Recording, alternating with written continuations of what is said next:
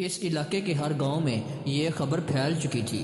پہاڑوں پر رہنے والے یہ لوگ مزید محتاط ہو گئے۔ لیکن دوستو، پھر بالکل ایسا ہی چوتھا واقعہ ہو گیا۔ نتھیا گلی سے تھوڑا سا دور ایک جگہ ہے خان کلن، جہاں کے جنگل میں ایک عورت لکڑیاں کاٹنے گئی ہوئی تھی اور اس پر بھی حملہ ہو گیا۔ اس دفعہ لیپرڈ نے اس عورت کو کھا لیا تھا۔ وائلڈ لائف ڈپارٹمنٹ سمجھ چکا تھا کہ ان کا سامنا کسی معمولی لیپرڈ سے نہیں ہے۔ دوستو، 2 دنوں کے بعد اس لیپرڈ نے ایک اور عورت کو جنگل میں مار ڈالا۔ صرف 8 دنوں میں یہ لیپرڈ 5 عورتوں کو مار چکا تھا۔ اس وقت تک وائلڈ لائف ڈپارٹمنٹ کے شکاری ان جنگلات میں پھیل چکے تھے۔ یہ اس لیپرڈ کو پکڑنا چاہتے تھے۔ اس دوران ایک لیپرڈ یہاں سے پکڑا بھی گیا،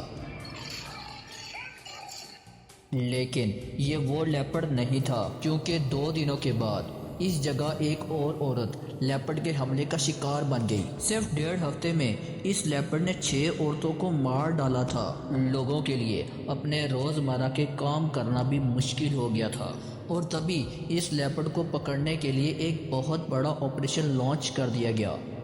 دوستو، یہاں پنجرے لگا دیے گئے تھے جس میں ایک بکری کو چھوڑ دیا جاتا تھا تاکہ یہ لیپرڈ اس کو کھانے اندر آئے اور پکڑا جائے۔ اور تبھی آدھی رات کو ایک لیپرڈ ایک ایسے ہی پنجرے میں داخل ہو گیا۔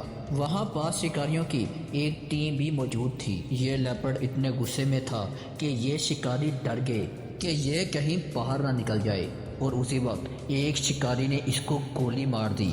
یہ لیپرڈ پنجرے میں ہی مر چکا تھا۔ لیکن دوستو، سوال یہ تھا کہ کیا یہ وہی لیپرڈ تھا جس نے ان 6 عورتوں کو مارا تھا؟ بعد میں پتہ چلا کہ اس کے سٹمک یا انٹسٹائن سے انسانی گوشت کے ٹریسز نہیں ملے تھے۔ یہ 15 سال کا ایک میل لیپرڈ تھا، لیکن یہ حملے اس نے نہیں کیے تھے۔ دوستو، کچھ دنوں کے بعد ایک اور لیپرڈ کو شکاریوں نے مار ڈالا تھا۔ یہ ایک فیمیل لیپرڈ تھی، لیکن یہ حملے اس نے بھی نہیں کیے تھے۔ یعنی وہ لیپرڈ ابھی بھی جنگلات میں ہی تھا۔ وہاں کے لوکل لوگوں میں تو یہ بھی مشہور ہو گیا کہ یہ حملے کسی لیپرڈ نے نہیں کیے، بلکہ جنگلات میں رہنے والے جنات نے ان 6 عورتوں کو مارا ہے۔ اس کو گھوسٹ آف ٹھنڈیانی کا نام بھی دے دیا گیا، کیونکہ وہ لیپرڈ کبھی پکڑا ہی نہیں گیا۔